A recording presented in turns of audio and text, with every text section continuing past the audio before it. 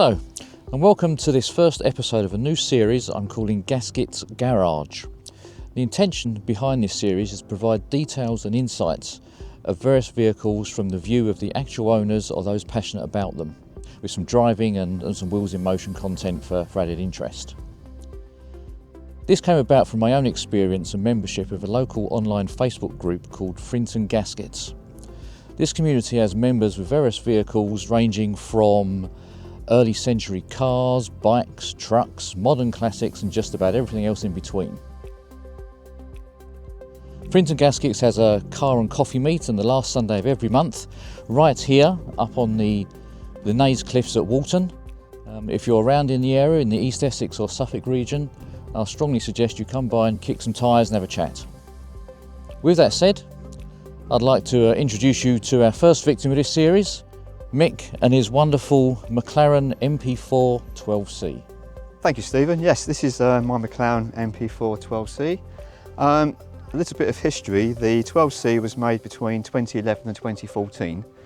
Something like 3,500 cars were made. The cars were manufactured from February 2011 and this car was registered in October 2011. So it's one of the very first examples and it's actually the 65th car. 12C because it's got a carbon fibre monocoque, which is the same as the F1 that was produced by McLaren some 20 years earlier. An interesting fact is that when they produced the F1 monocoque for the first production McLaren car, that took 400 hours, and they reduced that time to 4 hours for the 12C with the increased technology that's now available at this time.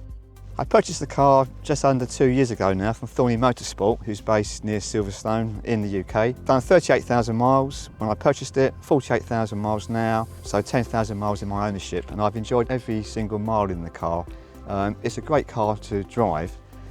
It's a V8 twin turbo, producing 620 brake horsepower. True supercar, 0 to 60 under 3 seconds, 0 to 100 in 5.8 seconds. 210 mile an hour is the top speed.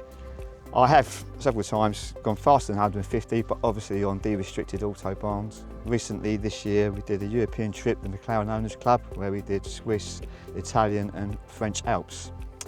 Today it's looking very, very black, and it is black, but it's actually a fire black, which is an elite colour for McLaren. And in the sunshine it has a very nice red metallic fleck to the paintwork.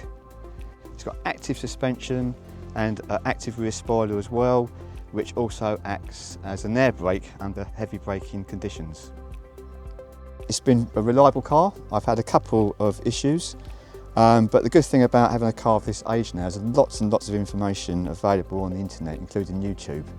Thorney Motorsport YouTube videos, Mac in America, really good forum called McLaren Life in America, for background information, what to do, how to fix any problems you may have, including Facebook pages as well. McLaren Owners, a specific 12C Facebook group, loads and loads of information. Okay, is there anything you've had to have repaired or done to the car since you've owned it? I've had the car, in terms of issues, minor issues I would say. I had to have the air condition regassed. That was regassed a year ago and it's been absolutely fine since, so don't believe there's any leakage there, but I did have to have it regassed. I don't know if that was the first time it's regassed in the sort of 13 years of age now, but it's been fine since. You do have a problem on the passenger seat. There's some airbag sensors there. There's 4 bolts there that detect and initiate the airbags as and when necessary. One of those was broken. You can't buy those from McLaren. You have to have what's called a capacitive mat put in the seat, and that can be a couple of £1,000s. But again, with research on the forums, able to buy old new stock, which I fitted myself, again through advice and information on the internet. So I fitted that, and that's been it really. I've not had any other issues I can recall. Had a windscreen replaced through a cracking in one corner. No, in terms of mileage, I didn't mention, but I wasn't afraid to buy a car with a reasonably high mileage. This is much higher than average. Some of these cars are sitting in garages. We've done 7, 10, 12,000 miles. The advice is if you're going to buy one that you want to use, don't be afraid of buying one with mileage. In fact, it's a good thing because the car has been sorted. This has just had 4 previous owners. The owner before me had the car for 9 years. It's fully stamped with McLaren service history, and then latterly Thorny Motorsport. So this is an early car. The first 120 cars were built at the McLaren Tech Centre alongside Formula One workshops before the McLaren Production Centre opened. And part of the quirkiness of the early cars is they have a touch slide opening. There's no button to press on the doors. Some people say it's a little bit anti-theft because it can be a little bit awkward until you get used to it. But you just simply pass your hand under the car there and she opens. Fortunately, she opened first time on that occasion. So this is the interior of the car, and as I said earlier, this is a very, very nice place to be. Got exceptional visibility, you sit nice and low in the car. The spec of the interior of this car is fairly base. The only upgrade is carbon fibre surrounds, both on the dashboard here and on the doors. The fabric is what they call a space fabric. It's got like a red fleck into the car, and this kind of matches the fire red colour or the fire black colour when the car's popping in the sunlight, when it does indeed shine. The car is automatic, but you can go in manual mode, so you've got various options here in both performance and handling. So for performance and handling, you have a normal, sport and track mode. Driving around town, I leave everything in normal. If you want maybe more of a spirited drive, then you can put both the handling and the engine in sport mode and go into manual options where you've got flappy paddles. McLaren's quite unique because you can use right hand to go up, left hand to go down, but you can also use just one hand to toggle up to go up to gear and also toggle down to go down into gears. Not many other options. There's climate control, very, very efficient and effective climate control. The ICE, or the in-car entertainment on these, especially these early generations known as Iris 1, do not have a very good reputation, but I simply use a mount for my phone, both for sat-nav and for music, sounds, whatever I want to use when I'm travelling along. It's a reasonably quiet place to be. When you put it in sport mode, you do hear the exhaust change note, and it does kind of put more noise into the cabin, which is part of the experience. And I've sat in this car for 4-hour journeys in traffic, cross-country, motorway driving, and it's been a very nice, relaxing, comfortable place to be.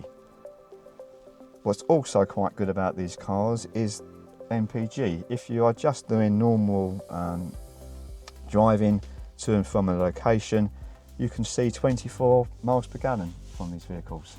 If you want to be a bit faster, then obviously that will drop, but you can easily achieve 24, 25, 26 miles per gallon from these if you're not going crazy. I've not tracked the car thus far. I do track other cars and I enjoy that, but I'm not really sure I want to beat this car up on track. But in saying that, I have been to an airfield where you do a handling course, because I could then play with the modes to see the difference between normal, sport and track, both for handling and for performance. And I must say that was good fun, really, really good fun. So much so I had to stop myself mid-afternoon to enjoy myself too much. If you want to, I can just sort of start up the ignition and you can just see the dash. The principle that Ron Dennis wanted, the designers of the McLaren wanted for the 12C, was to have a completely clutterless steering wheel. So there's no modes. You look at the steering wheel here, there's no buttons, there's no audio controls, handling controls or whatever. It's a completely steering wheel to do what a steering wheel should do, and that is steering. Steering wheel is, some people say, modelled with the shape of the hands of both Lewis Hamilton and Jenson Button, who were of course the Formula One drivers for the McLaren Formula One team at the time. It's got a distinctive shape. It's not round, it's actually tear shaped, and the tear goes backwards, and it makes the car very, very comfortable to use. And I really like it. I really like the spec of this car. You can get heated electric seats. These are manual seats. Some might call them the poverty seats, but I like the fact they're manual seats because that's something like 20 kilos lighter per seat than again a heated, electrically adjusted seat. I look forward to doing many more miles in this car.